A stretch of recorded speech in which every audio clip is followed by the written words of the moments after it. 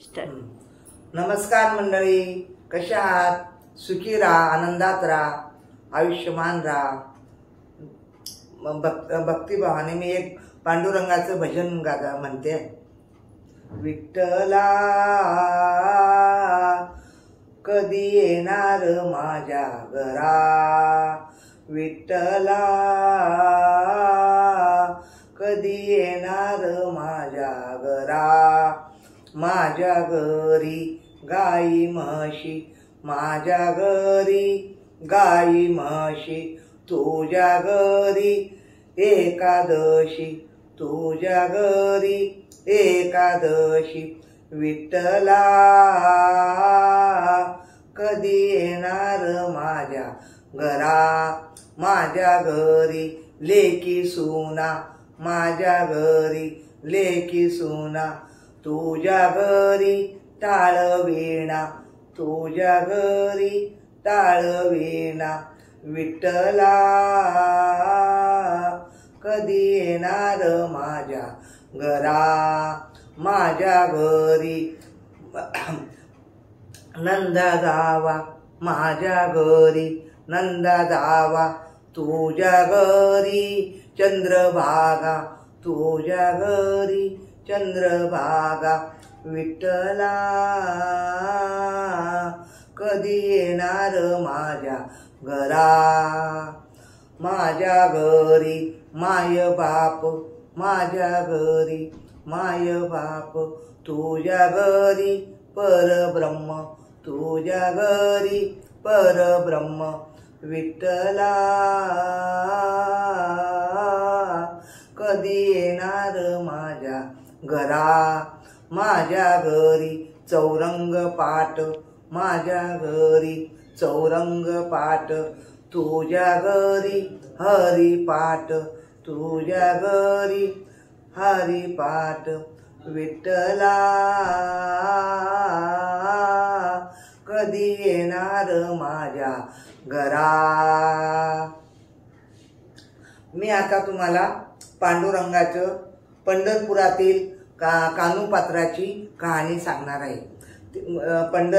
याच्यामध्ये ती गोपाळपुरामध्ये इथं पंढरपुरात गोपाळपुरात आई बरोबर राहत होती. तिची आई वेश्या व्यवसायाचा धंदा करत होती आणि ती मुलगी इतकी सुंदर होती, खूप सुंदर होती ती.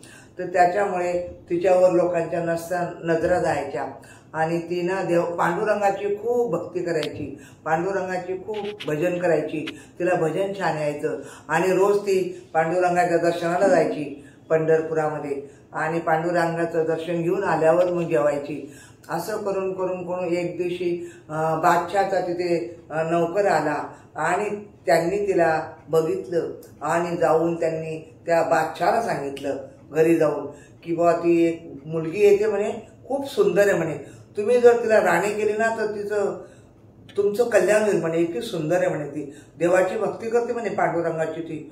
हो का म्हणे, चला म्हणे आपण 20-25 जण घेऊन जाऊ म्हणे सैन्य आणि तिला पकडून आणू आणि लग्न लावून घेऊ म्हणे. ते मग तो बादशाह आणि त्याचे मित्रमंडळी सैन्य घेऊन आले आणि पंढरीच्या पांडुरंगाच्या मंदिराच्या बाहेर त्यांनी वेढा घातला की जर गेली तर हिला पकडून घेऊ.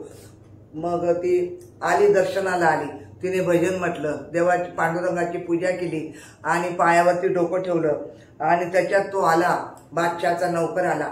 सांगितलं तुला बाहेर बोलवलं बादशाहने म्हणे. पांडुरंगाला ती धसा धसा रडू लागली व सांगितलं मला जर या बादशाहने जर नेलं तर माझं इज्जत सगळी जाईल, मग माझ्या आत्माला किती दुःख होईल.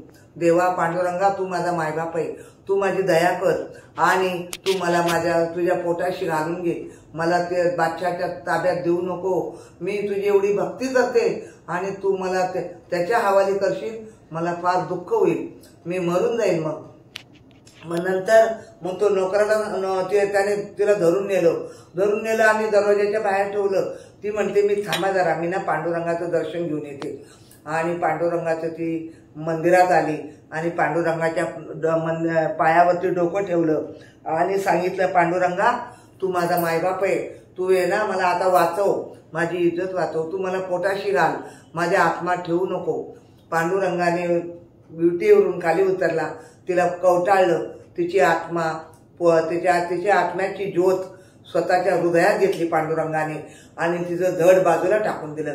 आणि मग नंतर ते बादशहाचे नौकर आले आणि ते धड बघितलं तर ते म्हणाले, अरे इथं मेले म्हणे कान्हूपात्रा मेले म्हणे, आता काय करायचं.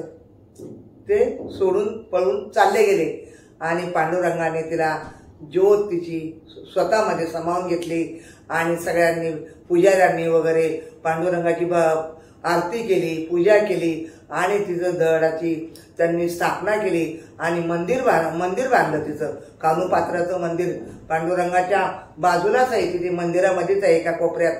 पहिले लोक तिचं दर्शन घेतात आणि मग पांडुरंगाचं दर्शन घेतात. इतकी तिने भक्ती केली होती म्हणून ती देवाला पावन झाली. अशी प्रत्येकाने भक्ती करावी पांडुरंगाची, म्हणजे तुम्हाला सगळ्यांना पावन होईल, तुमचे दुःख दूर करेल, तुमचे संकट दूर करेल. म्हणून तुम्ही अशी भक्ती करत राहा. आणि ही 7 उत्तराची कहाणी, 5 उत्तरे सोपळणं, कान्हूपात्राची कहाणी मी आज सांगितली तुम्हाला. पंढरपुरामध्ये आहे, ती मंदिरातच आहे. 7 उत्तराची कहाणी सुपळ संपूर्ण. नमस्कार.